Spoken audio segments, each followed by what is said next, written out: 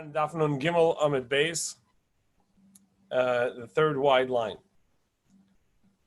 Amar Mar, we learned that a Zav cannot walk out with a cup that will collect any of the mucus or the what comes out, and then he would be able to assess whether or not he's still a Zav. And similarly, a goat that has milk leaking cannot go out with a cup under her udders in order to collect milk. But we saw that she's allowed to go out with kisha b'dadei, and that the goats can go out with such a cup. Amar Rav Yehuda, so Rav Yehuda said, Lakashia, it depends whether it is on tightly. In other words, it's connected well or not. Rav Yosef said to Rav Yehuda, why do you have to make it that there's no machlokes and that it actually is talking two different scenarios, whether they connect well or not? Actually, you're taking all of the machlokes tanaim away from the world? There's a machlokes tanaim about this, and so that's what these two opinions are. These two brises are. The Tanan, as we learn, te'izim yotzes tzeruros, as we learn in our Mishnah, that goats can go out with a covering over their udders to dry them out. Rabbi Yossi says that they're not allowed to. Chutz min arachelas hakavunas. Besides for, as we'll see soon, what kavunas are in goats, but in sheep. But Rabbi Yossi says all of these things are prohibited, which we see that even tzeruros, the covering of the udders, is also going to be prohibited. What was Rabbi Yosef's problem? I mean, we see all the time that they're saying it's not a kasha, it's not a kasha, it's not a kasha. What all the time they're trying to reconcile kashas. So what's your difference? Of course, if you don't have explicit machlokes, he said, but why are you taking the machlokes away? We have explicit machlokes. But they're always trying to reconcile. In our Mishnah, our Mishnah says that the Tanna Kama says that they're allowed to go out with this covering, and Rabbi Yossi says they're not allowed. So what do you need to say that the brises are in two different cases? In our Mishnah, it's clear. There's a machlokes about it. It's clear in the context of the whatever the Bryce Mishnah that there was a machlokes tanoim. In our Mishnah says Rabbi Yossi Oser. Our Mishnah says that Rabbi Yossi prohibits that, which the Tanna Kama said was permissible. So why do you have to remove that? Rabbi Yehuda says, "Izim yotzes tzeruros liyave shavalei lecholef." Rabbi Yehuda said in our Mishnah that there's a distinction between why you're covering the udders. Are they to dry them out or to collect the milk? Indeed, so we could say that there's two. The brises are not a contradiction. They're both Rabbi Yehuda, and Rabbi Yehuda makes a distinction between what the reason that you're covering the udders. Is it to collect the milk? Prohibited. Is it to dry them out? Permissible. Tanya, Rabbi Yehuda ma'aseh be'izim be'sam tuchya she'yidadei gasen v'asalam kisiv kadei shalisu tudadei. And Rabbi Yehuda says that in Antuchia there was this place that they covered the udders because they were so full of milk that they were hanging so low that they were getting cut from the ground and from the rocks on the ground, and so that's why they covered them. There's two ma'ases here, two stories the Gemara is going to bring, which seem very peculiar, and the placement is very peculiar. I'm not really sure of the connection here.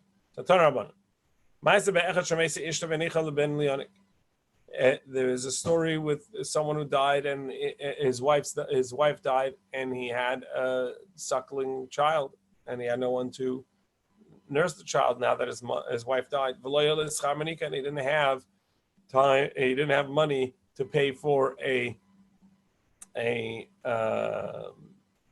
for a wet nurse. So litin Manasseh lenes, a miracle happened. And his breasts developed glands to produce milk, and he produced milk, and he nursed the son. Rabbi Yosef said, look how great this person is. That such a great miracle was made for him. Abai says, no, quite the contrary. How lowly was this person? That he needed that the order of the world, the order of Ma'aseh Bereshis, of Hashem's creation, needed to be changed for him. Actually, it's not the person, it's how difficult it is to feed a person. That we see that Hashem changed rather than just saying, okay, this child can survive on nothing. Hashem rather changed the order of the world in order to feed this person. Amram Nachman, or Hashem could have made him wealthy. Hashem, those are very difficult, and Hashem would rather change the normal way of a man. Amram Nachman Teda the Masracha Shnisa v'le'avdom ezayni, that Hashem made a miracle that he changed and could nurse, and not that somehow food was created. A different story. A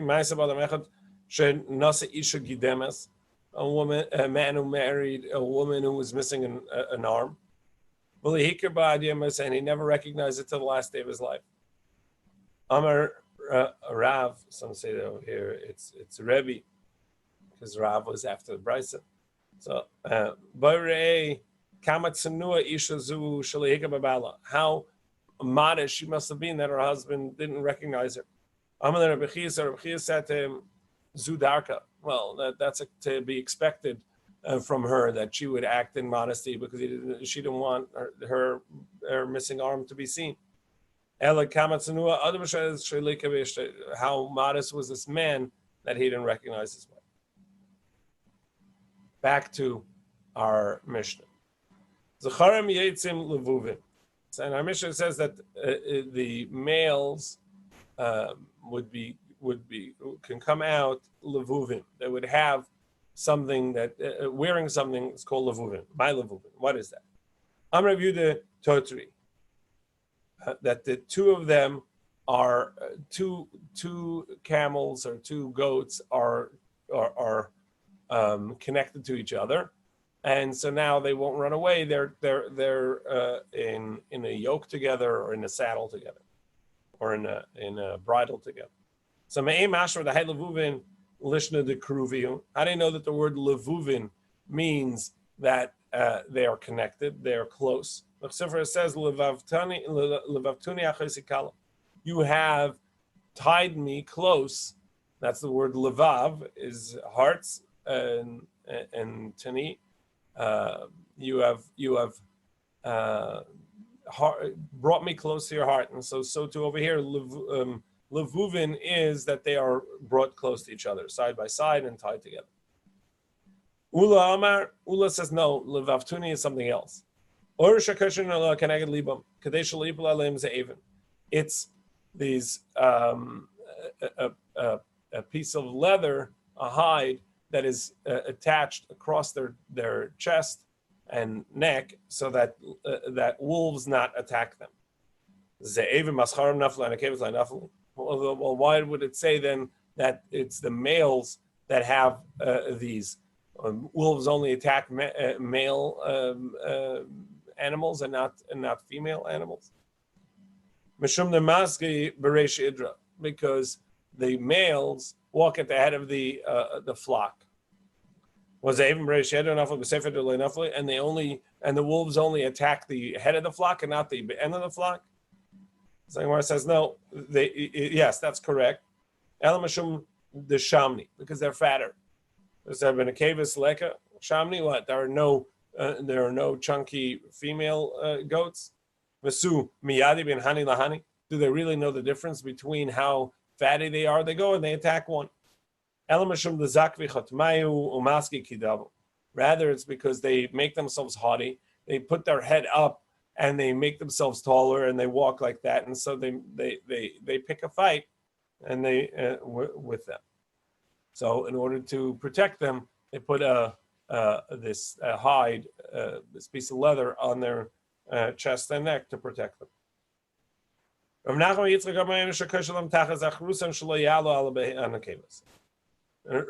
Yitzchak says, no, what this is talking about is a piece of hide that goes on their underside to cover their male organs so that they not impregnate the females. And we know that from the next line, because in the next line in the Mishnah it says that the females go out shechuzas. And what is shechuzos? My shechuzas she'echzin alya shalahelamala. That the shechuzas is where they would tie the tail of the female up so that they are uncovered and so that the males can go on them. So So since the end of the Mishnah, the next line of the Mishnah talk about shechuzas, which is uncovering the female so that the males can come on them when they're in heat. So therefore, it's the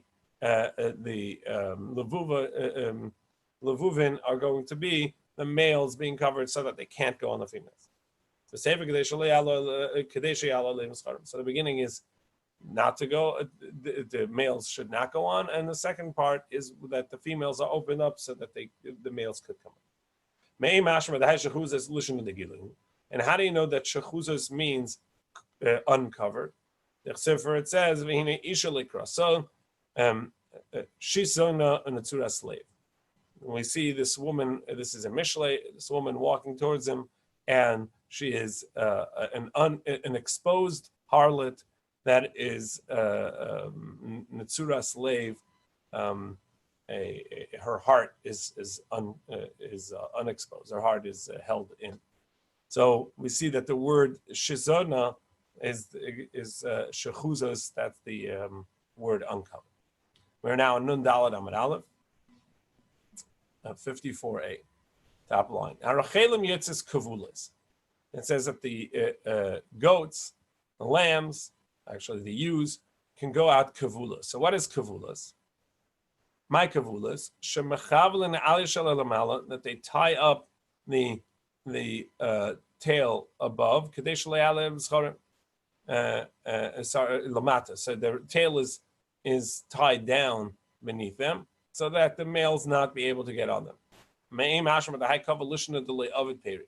do you know the word kavel means not to produce? The Sifra, it says, when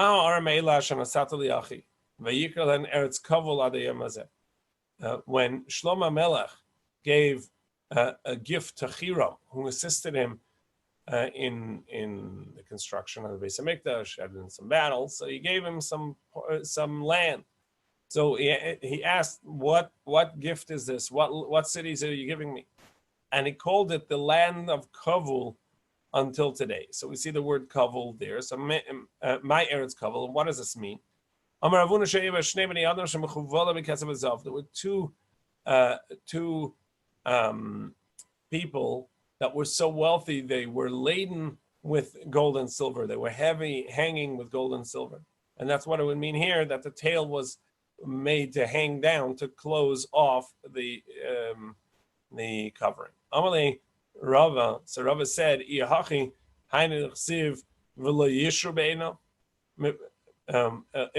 that's the meaning, why would it say afterwards that Hiram was not happy with this gift? Wasn't appropriate in his eyes. Was it because they were not? They were so wealthy that he didn't like it? Yes, that's the way it is. He wants a serfdom. He wants people that are going to listen to him as the duke. And when you have other wealthy people there, they're not going to listen. They're not going to work. They're not going to be his fiefs. They're not going to be his subordinates. And so he said to Shlomo, "Thanks, but no thanks. You're giving me a city of wealthy people, and that's not going to help me grow my own domain." Eretz Chomtin Isa. He says no. The reason he didn't like this area was because it was a salty, sulfurish soil, which became muddy quickly, and people would, when you walk there, it would become muddy, and your feet would sink in them. And by my Karli Kovel, the Mishtagra Bekara Ad Kavla, and that's always called Kovel. That when you step there, the mud you would sink into your ankles. And that's why people say a land of Kovel, which means ankle land, that does not produce produce. Does not produce. You can't grow anything there. It says that they also cannot go out kavunos. Sorry, they may go out kavulos and kavunos. What are kavunos? My kavunos shemechavnin that they keep them white for fine wool. As we learned, we learned in last week's parsha, the Torah gave us various types of tzaras, and there are 4 colors of white for tzaras, and one of them, the se'es, is like white wool. Well, white wool, what kind of wool are we talking about? So my tzemer loven. Amar Rabbi Barabaya, Rabbi said, ketzemer naki ben yomoy shemachavna selamilas. Pure white wool, that is on the day of its birth, and it was covered with this protector that would go around it to keep the wool nice and white and fluffy. So that's what machavin is. So they would cover it. So that's what they wear, this protective garment, and they can walk out with it on Shabbos. It's a garment. And goats can go out tzeruros, which we saw earlier. And so Gemara says, what is tzeruros? They have a cover over their udders in order to dry them out, according to one version, or sometimes they're wearing this cover in order to collect their milk. And we saw a machlokes that the Gemara earlier brought of whether or not Rav Yehuda says it can only go out to dry out, but not for collecting the milk. And the Tanna Kama said they could go out with either.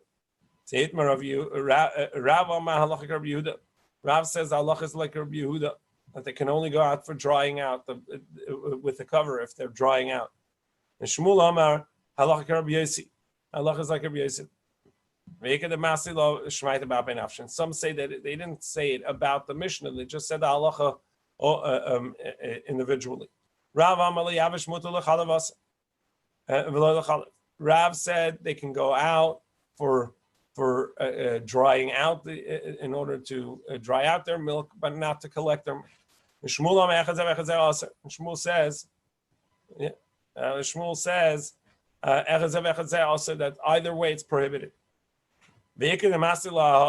And some say it on this statement. Goats go out to dry out and not to collect the milk.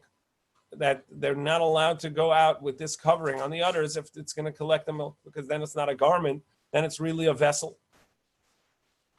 And Rabbi Yehuda ben Beseira said, it was said in his name that indeed that is the halacha, that they're allowed to go out with this covering for the sake of drying out. However, but when you see a goat walking out with its udders covered, how are you going to know whether or not it's there to dry out the milk or to collect the milk? And what's the problem? Why do you have to know? Since they don't recognize one another and they don't know, they're going to end up following it even for the wrong reason. And one person is going to see another person covering his goat's udders, and that person has the right intention to dry out. He's going to do the same, but to collect the milk, and therefore both are going to be prohibited, because one is a vessel and one is clothing. And the vessel, you're not allowed to walk out with a vessel because then it's carrying. It must be only clothing. And according to Yehuda and Masera, like our Mishnah, it's not going to be awesome. It's not going to be recognizable, and therefore that he says both are prohibited. Amar Shmuel v'amar Rav Yehuda Amar Shmuel halacha Rabbi Yehuda ben Meseira. Now halacha is like Rabbi Yehuda ben Meseira, and the reason Tues says the reason why he said like Rabbi Yehuda ben Meseira, not like in our Mishnah, is because in our Mishnah it's a general rule. You cannot go out. Rabbi Yossi says you cannot go out with anything that's listed in the Mishnah besides for that the goats can go out kavunos, which we saw earlier was that they have this coat or this protect their wool. Rabbi Yehuda ben Meseira, however, says really the halacha is that they can go out in order to dry out. It's just that we won't know what it is, and therefore, according to Rabbi Yehuda ben Meseira, if you live in a place that no one goes out with a covering over their goats' udders in order to collect the milk. Anytime they cover the udders, it's in order to dry out. Okay, so then Rabbi Yehuda ben Meseira is going to agree it's permissible, whereas Rabbi Yossi will not. So that's why he says Allah is like Rabbi Yehuda ben Meseira, that really they're allowed to go out with a covering on the udders if it's to dry out, because then it's a garment. And therefore, in a place where they sometimes use it to cover and sometimes to collect the milk, they're not allowed to go out because nobody knows which is which. But in a place that everybody that covers their goats' udders, it's only to dry them out, then it's permissible. Kiyasa Ravin. However, when Ravin came from Eretz Yisrael, Omar Rabbi Yochanan, he said in the name of Rabbi Yochanan, who is the head of the academy in Eretz Yisrael, halacha ketanakama. The halacha is like the Tanakama that they can go out regardless of whether it's to dry them out or whether it's to collect them. This Mishnah is going to tell us things that they're not allowed to go out with. What can they not go out with? What's not considered a garment? A camel cannot go out with a Rashi has various interpretations here. In the Mishnah, Rashi goes with metultelis, a saddle mat, and also not with their feet, their legs bound in a way to slow them down so that they can't run away. And the Gemara is going to tell us various versions of what that is. And that's true for other animals as well. And you cannot have a string of camels tied one to another, walking along, and you're holding one of them, as the Gemara is going to explain, because that looks like you're taking them to the market. However, you are allowed to take a lot of camels for a walk as long as you don't tie them to each other, but rather you have the reins of each one separately. As long as you don't tie those together, the Gemara is going to explain what that means.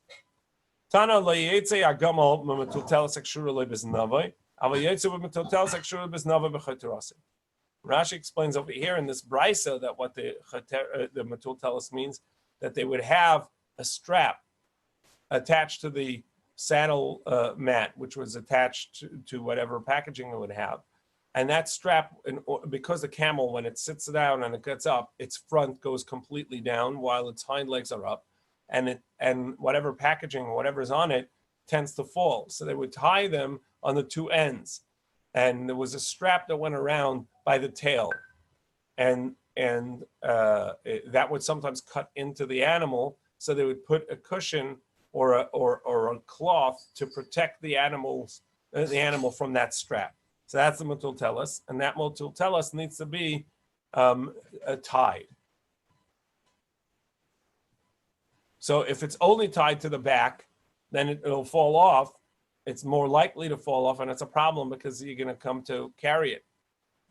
But he's allowed to go out. If it's attached both to the back and the front, then he can walk out that way. Or it can be tied to the back strap. That's also a good tie. It won't fall off.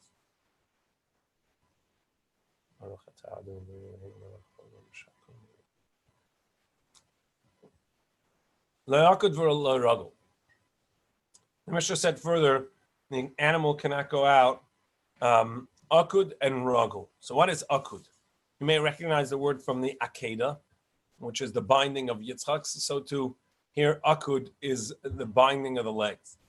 So akedas yad v'regel ki Yitzchak ben Avram. It's connecting, it's binding the, so Yehuda said it's binding of the front leg with the back leg. And this way they can't run. And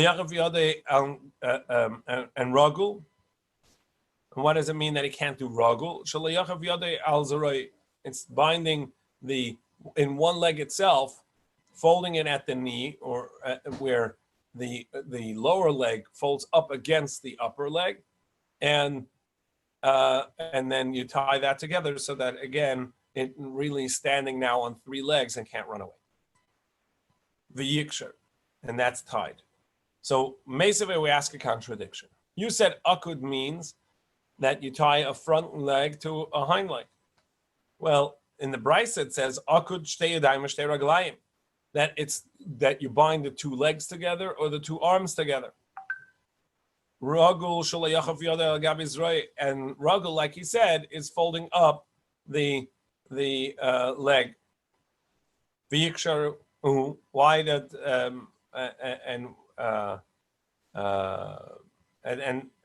V'yiksha, and then he ties the leg up, the forearm up to the upper arm, and this way it can't run away. So Amar Yehuda Amar Kaitan, he says it's true. There is a brisa that says that the meaning of akud is binding the two front legs together or the two hind legs together. However, he follows this brisa. The Tani we learned akud akidas yad v'regel, that akud means you're binding a front leg with a hind leg, or the front two legs, the hind two legs. And ragul, they all agree, means binding one leg to itself by folding it at the knee and tying the leg up. Akati loidomi, it's still not the same. So bishlam maresha v'seif nicha, the first and the last concurs.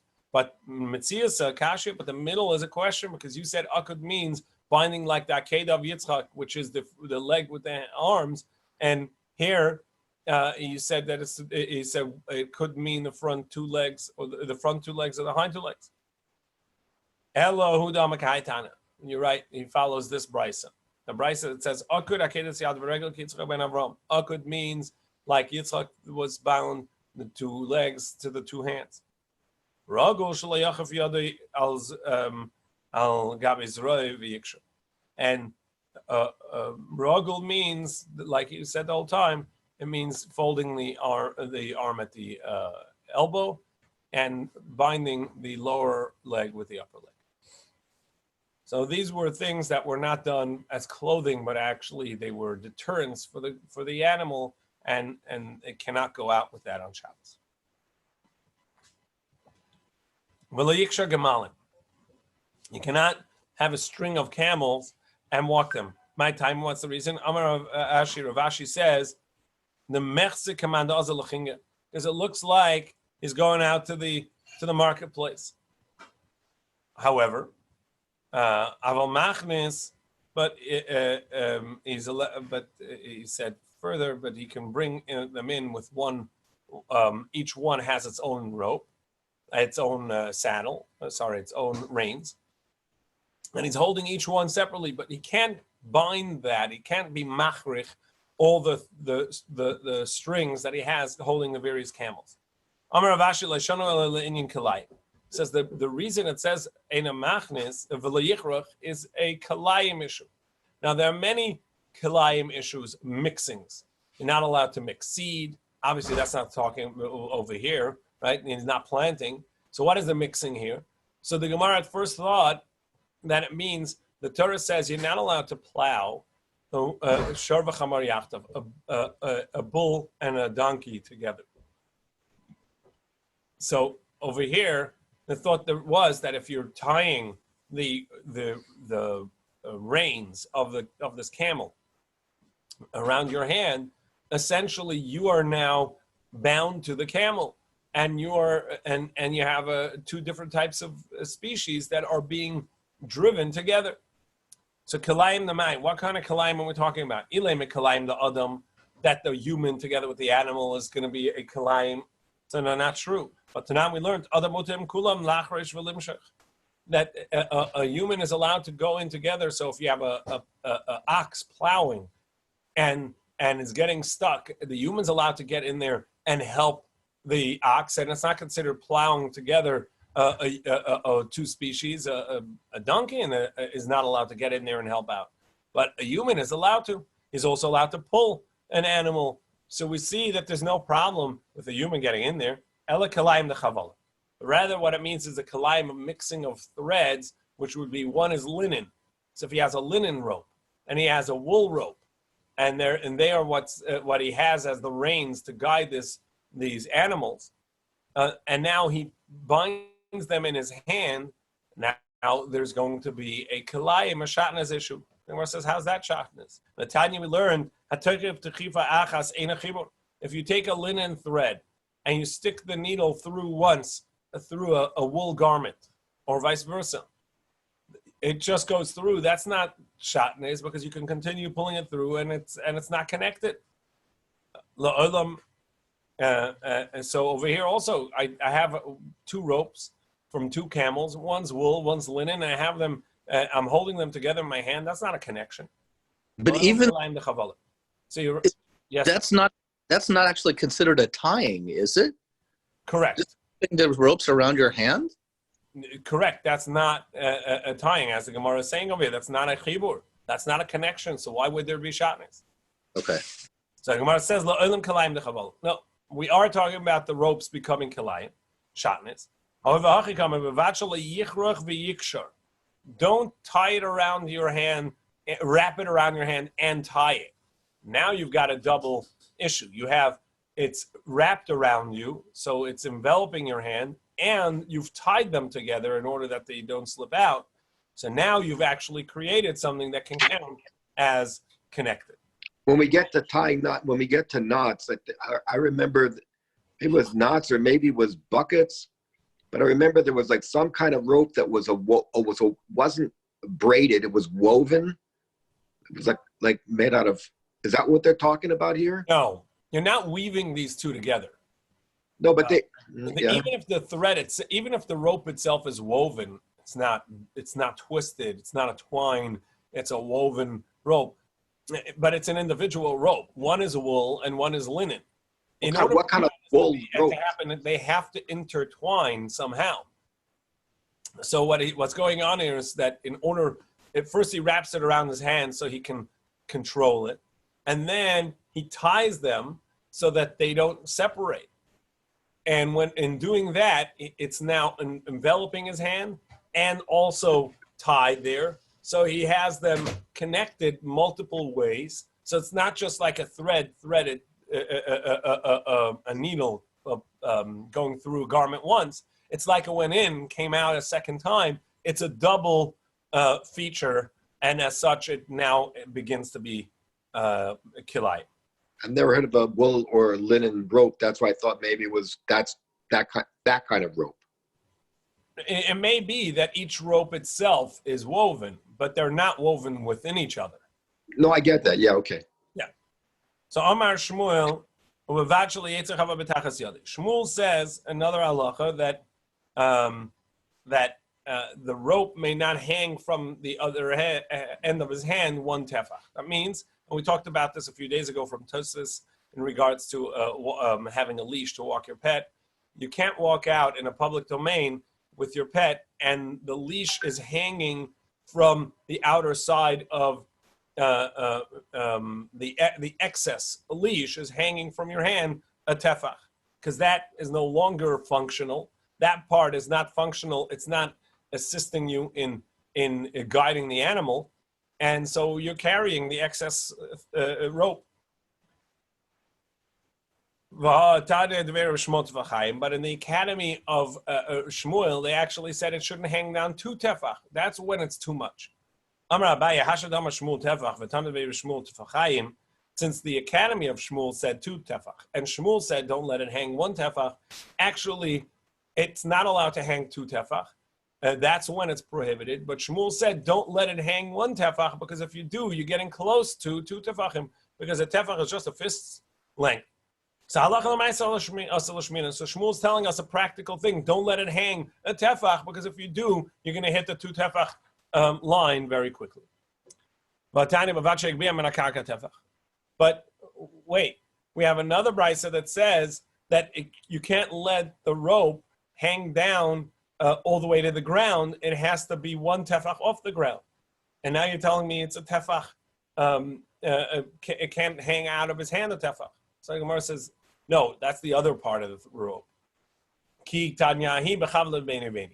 That's the rope between the animal and his hand. That means this.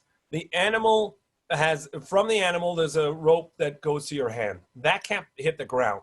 Because if it does, now that sort of separates between the animal and yourself. And the rope that hits the ground is now resting on the ground, and you're carrying that. So it can sag, but it can't sag all the way down to the ground. It has to be at least 1 tefach off the ground. Additionally, a separate halacha was the first one that he said here, that whatever excess you have has to be wrapped around your hand, or it'll hang out, and that'll be considered you're carrying it.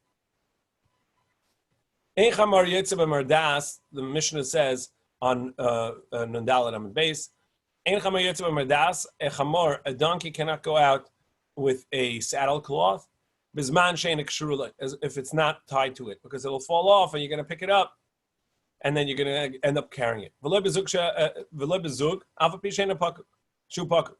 And you're not allowed to go, it's not allowed to walk out with a bell, even if the bell is not clanging because you put something in to clog it so that it doesn't make a noise.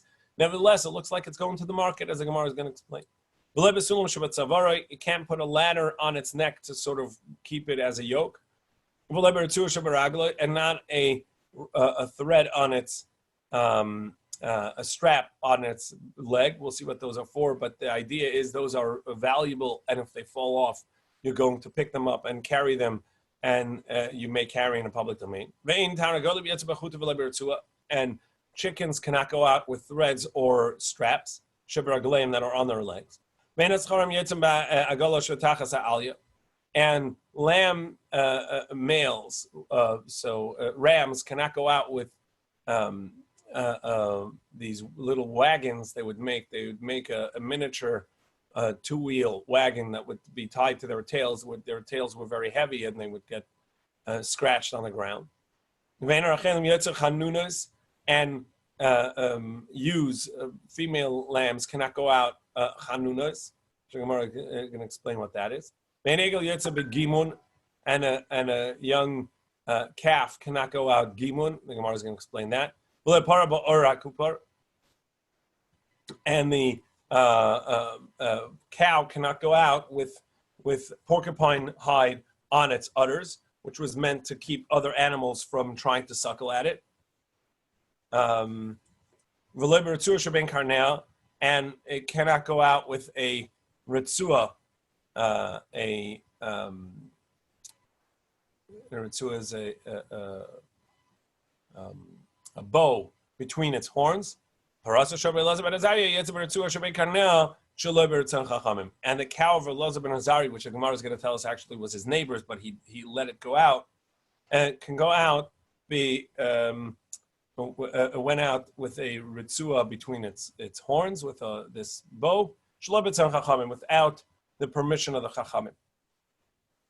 So my timer, what's the reason that it can't? The donkey can't go out with a saddle cloth that's not bound? As we saw the Gemara earlier, that it may fall off. You may end up carrying it. It's not a garment if it's not tied. And a bell, even though that it's not making noise, because it looks like he's going to the market. Not with a ladder. The protection on the neck. What is that for? It's in order that it not turn its head and lick its wounds when it has a wound. And not a strap on its leg. What's that? The Abdullah Gizra. So that was done to protect when their legs were touching and were sort of grinding against each other, they were rubbing against each other, so they would put on a strap to protect the leg. And chickens can't go out with threads. What kind of threads? Basically a name tag. And out with a strap. What's the straps? Basically would weigh their legs down and tie them together in order that they not jump on vessels and break them. And rams don't go out with the tail wagging. What is that? So that their tail not get scratched. Tomorrow we'll continue with the ewes, the female lambs not going out chanunas. If you're on the Daf Yomi app, a WhatsApp app, Tuvia sent out pictures from the Mishnayos book that has pictures of these various things mentioned. Thank you, Tuvia, for sharing that.